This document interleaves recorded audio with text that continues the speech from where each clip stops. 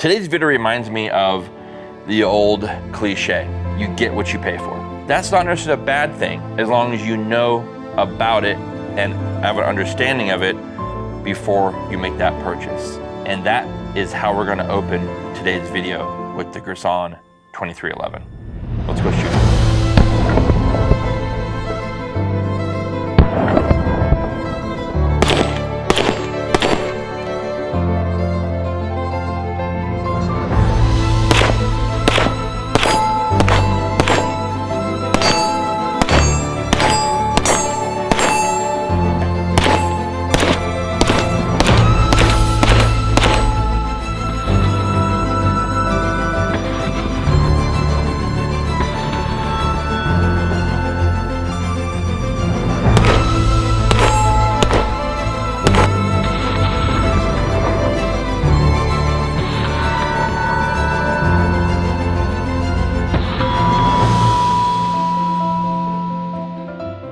1911 double stack pistols.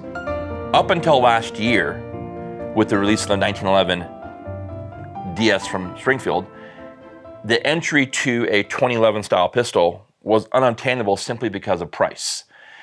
We had staccato, or STI, then staccato, but even your entry level STI pistols were in the $1,600, $1,700, $100 price points. 1911 DS comes out, and now we're getting pistols in the sub $1,500 price points and in more in the 13 line. And now this year at SHOT Show, we saw several pistols in the sub $1,000 price point from several different manufacturers. Sub $1,000 pistols coming in. This is one entry from Gerson that's imported by EAA. And this is the 5-inch 2311. We're gonna start with kind of what you get in the box, because I think this is an important starting point for the video. Full disclosure, you guys, Gerson did send, or EAA did send this pistol to me for review. They've sent several out. Majority of the reviews I've seen, and you guys have probably seen at home, are on the 4-inch guns. And this is a 5-inch pistol. I purposely wanted a 5-inch gun simply because I wanted something different than the others that are coming in the sub 1,000 space. Majority of those are the shorter 4 1/4 type pistols. So want you guys to kind of show you guys what comes in this package, but I think the box, there's some things in here that are important to know. So you get some zeroing tools for the far dot, which we're gonna get into here in a minute, your manual, your cable lock, and you notice there's no extra cutout for a second magazine. That's the first thing. This pistol not coming with 2 magazines is a bit of a letdown. And I'm gonna go into why that is here shortly.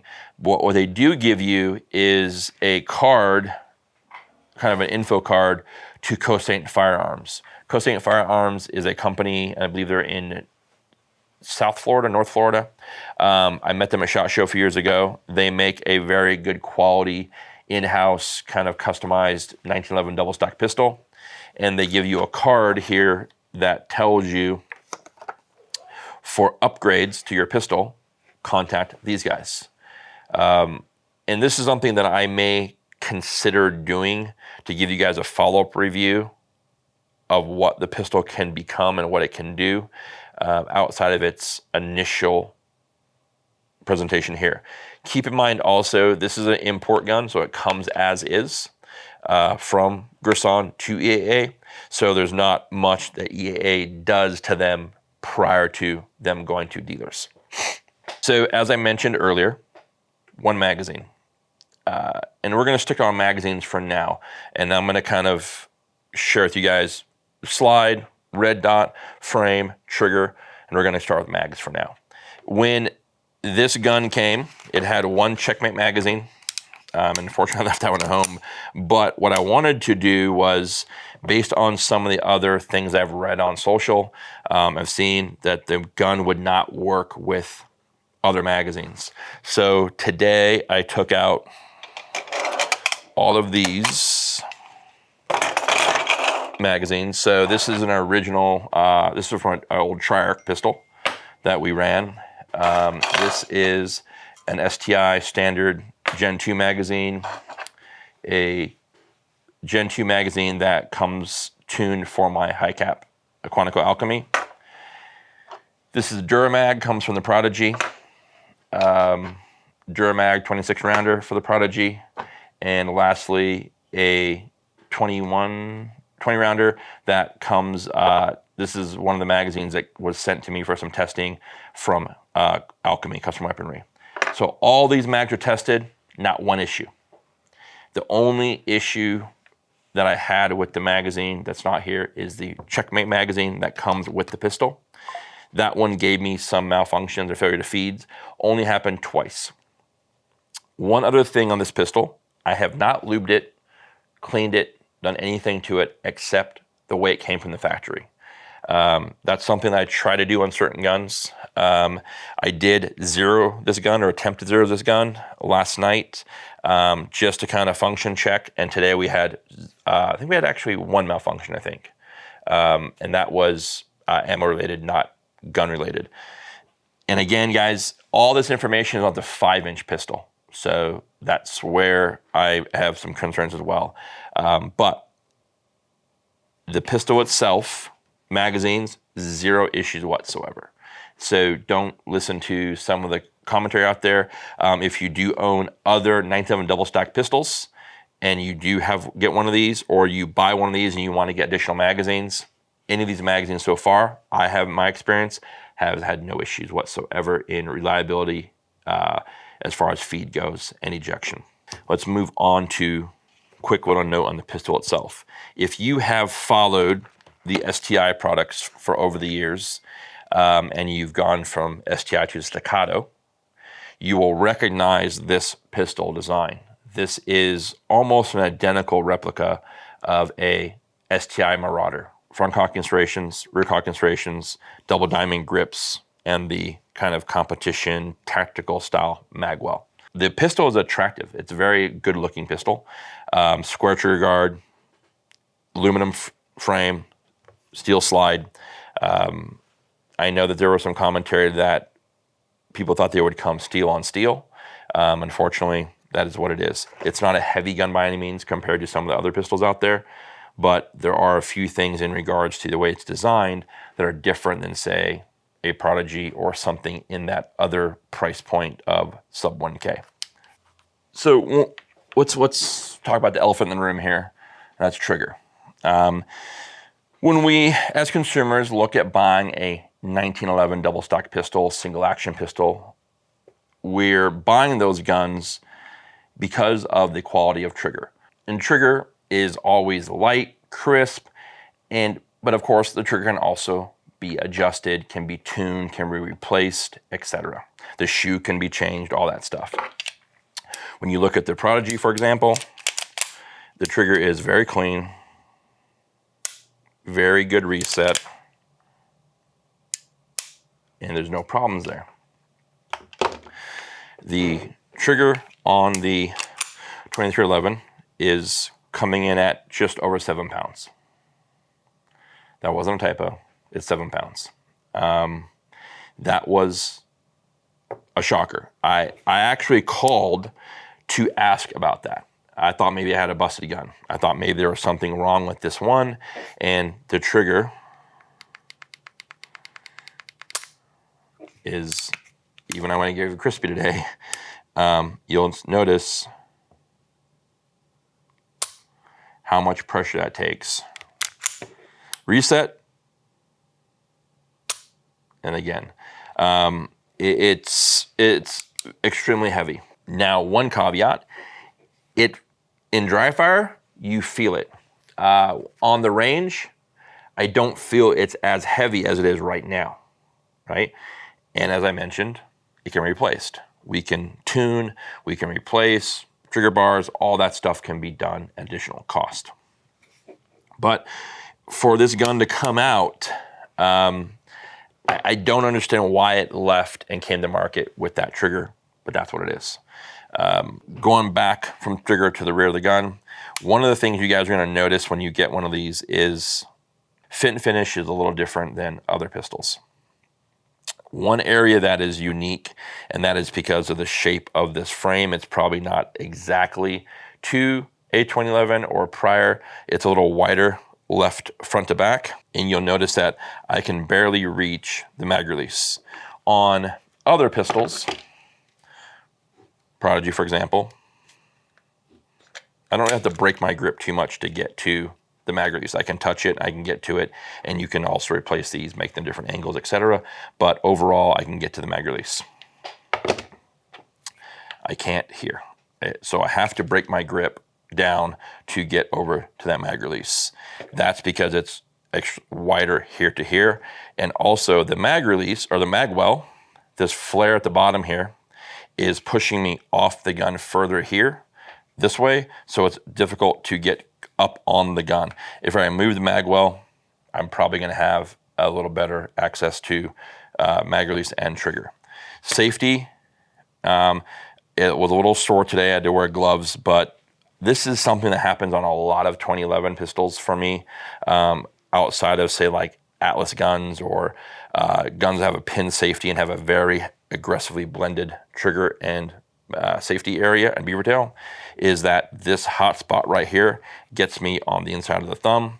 But once I drop that safety, since my hand again is being pushed backwards because it's mag well, that's a little bit of a hot spot there, and I have to kind of change my grip, and it's that way so I can continue shooting this gun. If I don't do that, it's pretty rough. But again, that's simply just fit and finish, right? And again, back to what you get, what you pay for. These guns are retailing right now for around $900. I've heard people saying they're less than that. They found some places that are less. I think that when I saw those posts, most of the time that was on the smaller guns, the 4 1/4 gun, not the 5-inch. So again, expect to pay slightly more money for a 5-inch pistol compared to the shorter gun. As I mentioned, trigger, heavy, safety, good tactile, fit and finish on safety. Skeletonized hammer, the mag well we've been talking about. Good design, it works well. You know, if you have a stuck magazine, you have the scallops here to remove. All the magazines lock in and stay locked in. Everything locks to slide back to the rear on all the magazines. No issue. We didn't have any failure to lock back today. Even the Duramags locked in. No issue there as well. So I was very pleased with how well the mags ran. Even the short Duramag, which some guys have said did not work in their guns, no issue whatsoever in those magazines. The gun only came with one mag, as I mentioned, but you did get this. And this is the far dot. This is the far dot with the pistol. It is a very similar shape and style to a Holosun red dot. It is a solar top. The adjustments are these little silver screws here, and you won't be able to see that close, but this one here is kind of shoved in. It's lost any type of tension or whatever it's supposed to do internally. The gun got through one magazine before we lost mounting. So it's extremely loose. Right now, the dot is in the far left corner of the window. I would have much rather had a second magazine than had this. I would have preferred to have a standard slide with a dovetail or no cutout whatsoever and have my guy cut the slide for me. I know that is an option on the website for the pistols, but this is just really, I'm not for sure why this happened, to be honest. Also, if you notice, if you look under here, you'll see the battery is exposed right there. There's no mounting plate. And granted, 1911, 2011 pistols are a very narrow slide. It's very tough to put something on there, but if you're going to put a small red dot on there, I feel it should at least have a mounting plate to seal the battery. But again, this is something that I feel might have been done as an afterthought. Overall, the pistol ran today. it shot well, and it shot very good in regards to function and performance. It was a little bit tough because I didn't have red dot. I tried to use front sight, but unfortunately the rear sight for this pistol is in this red dot. They're pretty low in comparison to the height of the front sight, and they're very difficult to see that red on the black, so it's a little bit tough there. I have talked to Cossaint in years past in regards to getting some products on the website for review. I'll make the decision whether or not I can get this gun to them and have them put some work into it. But when I mentioned earlier in the review, you get what you pay for. If you're looking for a sub $1,000 handgun, you found it. You want a pistol to perform like a $1,300 handgun or a $1,400 handgun, understand that price point and that performance and that fitment is not here. Understand that when you go into this price point, you may, most likely will, have to invest additional dollars to get it to perform the way you want it to perform. I think the benefit of the EA product line is how many options you're going to get this year and how many variable calibers you're going to get this year. I think the 10 mil gun is going to be a very popular seller because they have the long slide 10 mil and they have the short slide 10 mil. And that's going to be, and they also have 45. That's something that no other 2011 style pistol release in the last 2 years has done yet. It's all been 9mm only. So for you guys out there who want 45, you want 9mm, you want long slide guns, that's going to be a real good option for you guys, because you guys, knowing what you want, you're getting the caliber you want. So therefore, a little bit of additional money to upgrade that pistol to get to perform the way you want, that's probably not going to really be too much of a gripe for you guys. If you are trying to, you want, say, a Prodigy, because that's in the same space as this pistol, and you want that light trigger, you want that good grip, you want that, red dot cut, this gun at a $800 to $900 pistol price point is going to run you more money to get it to work like this in the long run than buying this. So again, you guys have to realize what you're getting, and be open and understanding of the price points you're paying and the features you're getting. The other issue with this here, I'm going to show you with the A model, since it's a narrower slide. This 1913 rail is not a traditional 1913 US style rail, because once you try to put a light on there, it won't lock up. So only way to get a B model to work is to have a B model light. If you want to use Surefire, you can use TR1s. To get this to work, you have to have a light that still has the ability to, this one has it, yeah. So you'll see the little stainless pins right here. You'll notice how one has a much deeper cutout, and this one has the tab here. This one here, I haven't punched the tab out because, yeah, this is the older model turbo. This is the turbo. So you can still punch the tab out to Dremel out this piece here. The only way I was able to get the light on here, if you guys can see that, all right, is I had to Dremel the Surefire and to get a file on there and grind that file down so that way it would fit far enough back to lock up.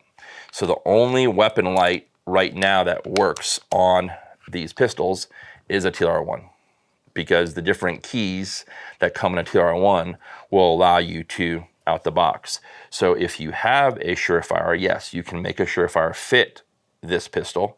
It's just some time and a Dremel, and now you're going to have a Surefire light that's basically dedicated to this pistol. Not an issue per se, but that's something you have to be aware of as well. It's not just going to take every weapon light on the market at your $1,000 price point. This pistol, I think there's a space for it. I think there's going to be people who want this gun and enjoy the tinkering, enjoy the gunsmithing at home, the YouTube gunsmith. You're going to be able to fix a lot of things I've discussed with you today. It's going to cost you money though. So when you guys, again, people, oh, why didn't you just buy a Staccato instead of buying a 1911 Springfield? Because you're going to pay more money eventually, so why not just get the best? Flip the conversation, we're right back here again. So now that the 1911 DS has that, oh, why are you buy your Gersan? Why don't you get the 1911 DS? Same point. You're going to buy initially based off price point, and then you're going to have those money savings because you're buying this one for $800, $900. You still now have roughly $400 to upgrade this gun. So again, it's not saying that this is, you shouldn't buy one, but you need to go into this particular pistol knowing what you're getting and the price point you're paying. I appreciate Gersans for sending out this pistol. Yay, you guys have been great for the channel. We appreciate you. I've done a lot of reviews on their products. This is the first pistol outside of the 380 that they've actually sent for review. All the other pistols I reviewed last year, I purchased all of those guns for the channel. And I want to give you guys an honest answer, honest review. I'm never going to just tell you some stuff just to make sure someone's going to send me a free gun. This company does well enough I can purchase products. I'm always going to give you guys honest reviews. I know guys out there love to drop comments in the comment section. Oh, how much they pay you for that review? No one's paid us anything, myself or anybody. There's maybe 5 dudes in the industry who are getting some type of money for their time. I'm not one of them, I promise you. So you guys, this is a great option for you if you are looking for a base model gun that you want to upgrade your own accessories to. You want to tweak on the trigger. You want to send it off for a different slide cut. I am going to call, as I mentioned earlier, I'm going to call Cossaint to see if we can do something, collab to do some upgrades to this gun, bring it back and have a comparison to the Prodigy, maybe have a comparison to some other mid-tier guns I have coming from other manufacturers. And that'll give me some information on what this gun can actually do when it's running in a true 1911 double stack format. Because as it sits today with a 7-pound trigger, a red dot that's pretty poor quality, I feel that detracts from what this pistol can actually do.